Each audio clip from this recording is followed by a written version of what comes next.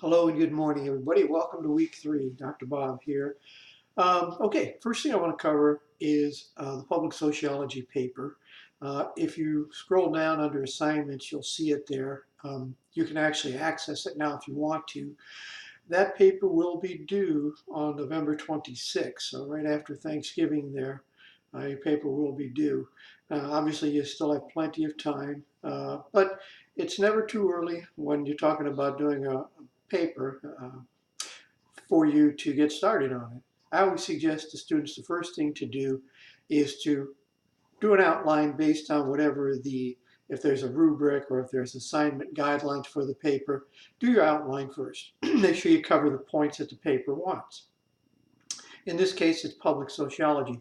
So identify a problem in your community. You could call it a social problem, if you will. Then do the research on it. Do a literature review. Show me what the literature has to say about the problem, and then tell me how you would propose to resolve that problem. And then, of course, wrap it up with a conclusion. You need a reference page as well, cover page, reference page, call it bibliography, whatever you want to call it. And make sure you do your in-text citations for any statements that you make, any data that you introduce to support your thesis, if you will, your argument. Okay, so that's the paper, and again, it's never too early to get started on it. Like I say, start with an outline, and then every day, at least a couple times a week, start filling in that outline, the different sections. Okay, the discussion board this last week, I saw some outstanding work in there. I mean, just awesome people. I'm blown away by some of your work in the discussion board, I have to tell you.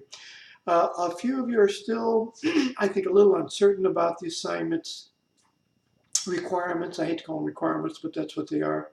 Excuse me. And in that case, make sure you go back and read the syllabus, but also check my previous announcements. I talk about it quite a bit. Sorry, gang, let me get a little drink of water here. But other than that, I think most of you have it down now. You know, your initial post must be by Thursday. Your 2 replies must be by Sunday. And they all have to be at least a minimum of 2 well-written paragraphs. And again, I ask, make sure you include the first name of the person to whom you're replying. It's just a courtesy. I saw a study a while back that students who, when they're emailing their professors, tend to do better if they use the professor's name, however professor prefers to be called. So just a little, tip there, if you will. But I am here to see you succeed. And if there's any questions you ever have, please just let me know. And I'm here to, like I said, to see you succeed and do what I can for that end. So culture this week in the discussion board. Culture is one of my favorite topics. Some people have a little trouble with this because they don't identify. They think, well, I don't really identify with any particular culture. But the problem with that is sometimes we think too narrowly when it comes to culture. We're thinking race or ethnicity. And yeah, there are culture and cultural traditions, if you will, associated with race and ethnicity. But culture is much broader than that. There's a culture by gender. There's a culture by sex. There's a culture by social class. And be sure you read the chapter on culture. Every unique group has its own cultural language.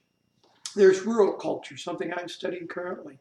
So again, open up, if you will. I hate that term, think outside the box, but think more broadly when it comes to culture if you're struggling with this assignment. Otherwise, if you have no problem, if you know right away your cultural identity, your traditions, your values, your norms, your music, your food, clothing, all of that good stuff, you've got it. So that's the discussion board for this week.